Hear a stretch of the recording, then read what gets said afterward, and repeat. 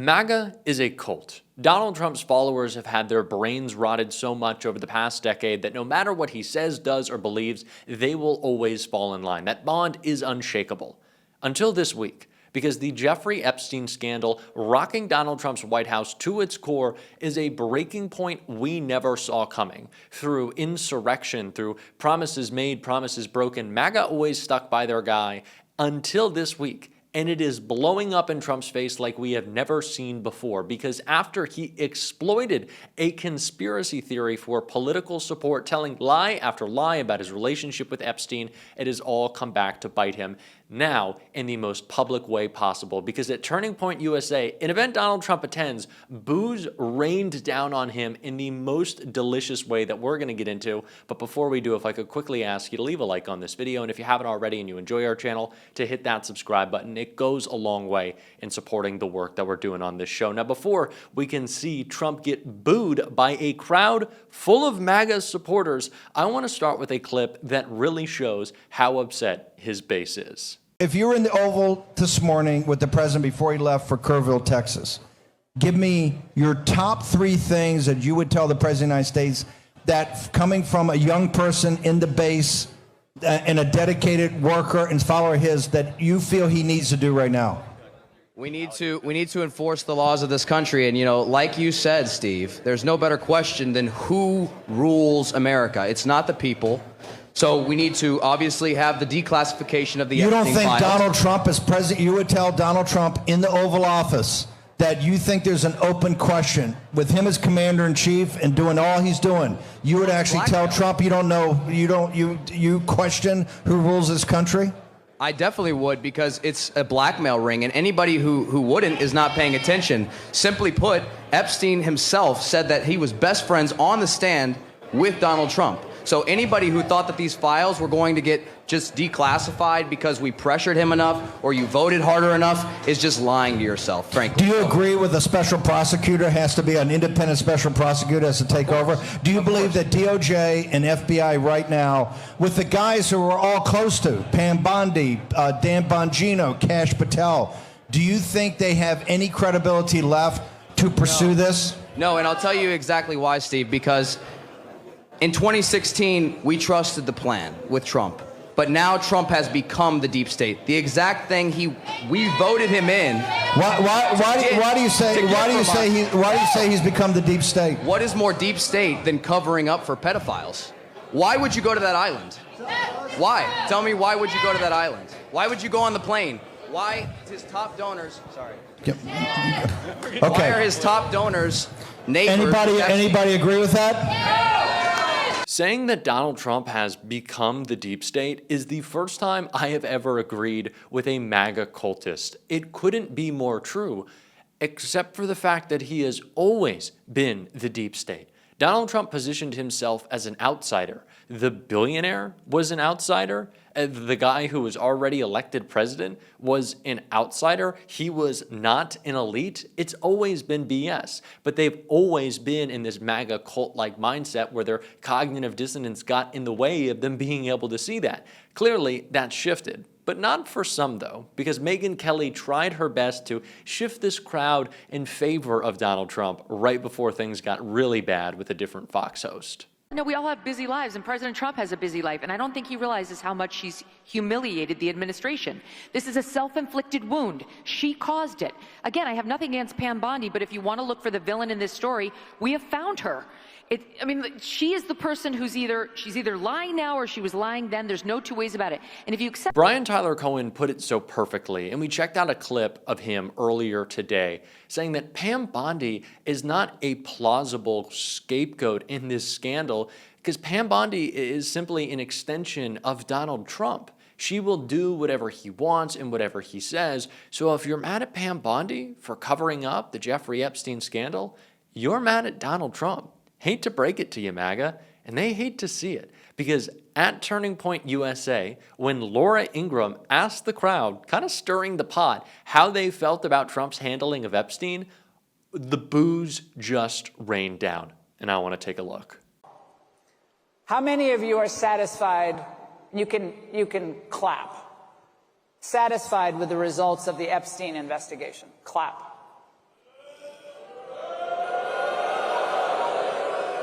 Okay, I told you to clap. You guys aren't listening. I'm not going to grade you on a curve. So I was going to get to that. How many of you are not satisfied with the results of the investigation?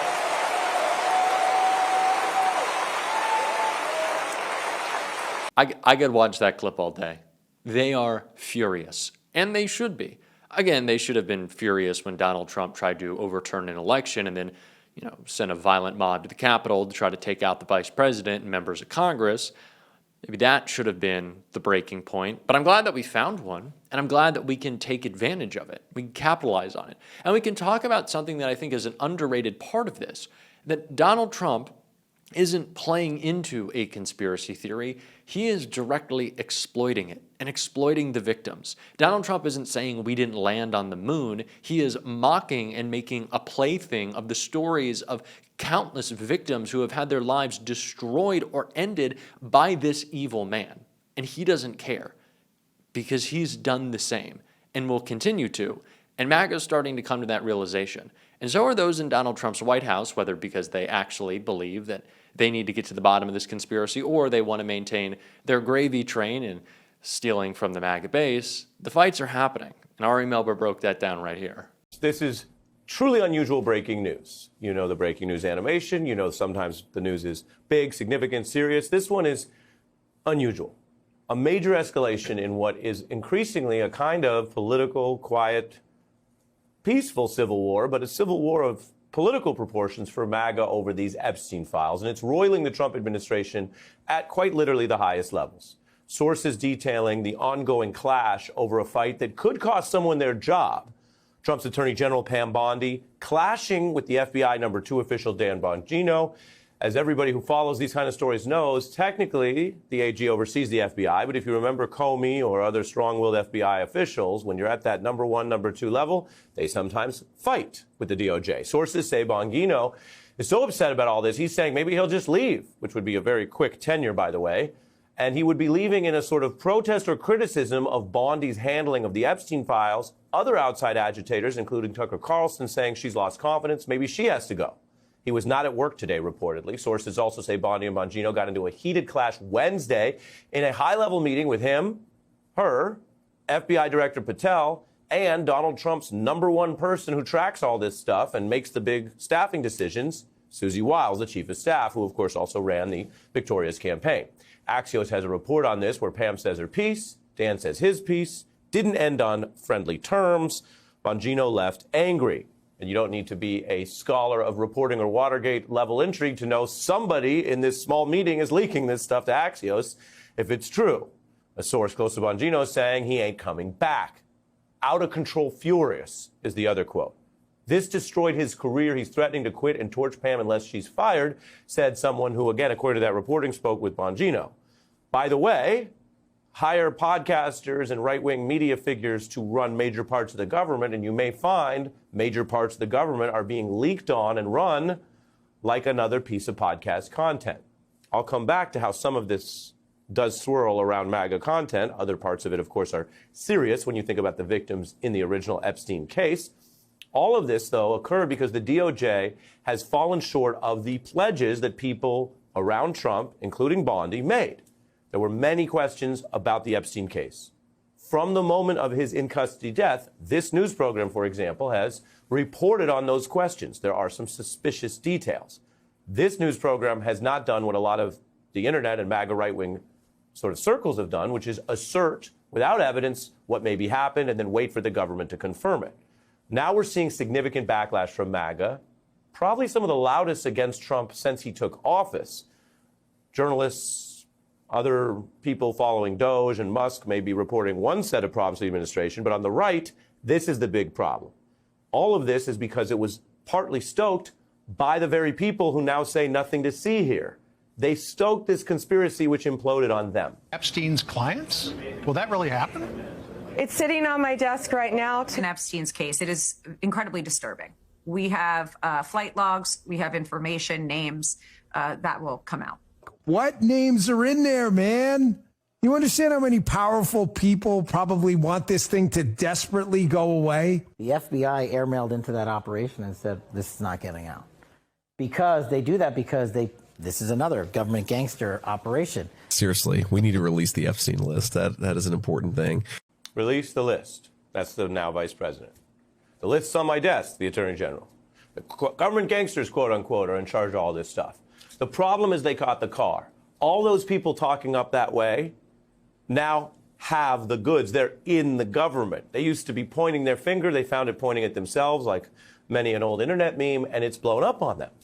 So this matters politically because one or more people may be out of a job. It matters in a deeper sense because we're seeing the limits of governing by clickbait or political conspiracy theory. It also could matter if any of it got back to the real questions about the Epstein case, not whether Pam Bondi was lying when she said she had an Epstein list or is lying now when the memo says it doesn't exist, but can't be both. Now, in the FBI, there's a wider dysfunction involving some of these same people who we know from what they're saying have been spending many, many days, a lot of their energy on a client list they now say doesn't exist. But the Times is reporting that the FBI is taking the unusual step of using lie detectors for loyalty tests, subjecting personnel to questions as specific as to whether they've criticized or, quote, cast aspersions on Patel, who you just saw in that other clip talking about gangsters. This looks like something from a movie or another era, but according to the Times, it's happening. And in Trump's DOJ under Bondi, there's also a purge because there are officials who say they might be targeted not for how they're doing their job, but whether they're insufficiently, quote, politically loyal to Bondi and Trump. In my opinion, Kash Patel, Dan Bongino, the only reason that they are so adamantly opposed to what's happening in the handling of Donald Trump's Epstein scandal is because they know they're on the wrong side of this issue. If they want to go back to the careers they really care about, which is podcasting and in Kash Patel's case selling Donald Trump children's books, they need idiots to grift off of. And the idiots are the base. The base is the idiots. And if they get those people upset, they don't have any more money to make. Kash Patel, unlike others in this administration, cannot leave his role for a cushy corporate job. No matter how much of a screw-up or an idiot Pete Hegseth is, and boy, he really is, when he leaves this administration, he can probably get himself a pretty nice gig on the board of some weapons manufacturer because he's the former Secretary of Defense. Kash Patel, Dan Bongino, I don't think their lives have changed by the positions that they have briefly held. I don't think anything's going to be different for them. And they don't want to go work jobs. What they want to do after this is go grift some more. And you can't do that if the base hates you. Remember that's what they're really worried about. This isn't about the truth. This isn't about ideology. This isn't about some values. It's about the grift. Keep that in mind. We're certainly going to be talking about it on this show. And if you want to support that, as always, I'm going to hit that subscribe button, leave a like on this video. And if you stuck around to the end, drop a blue heart in the comments. And until next time, I'll see you soon.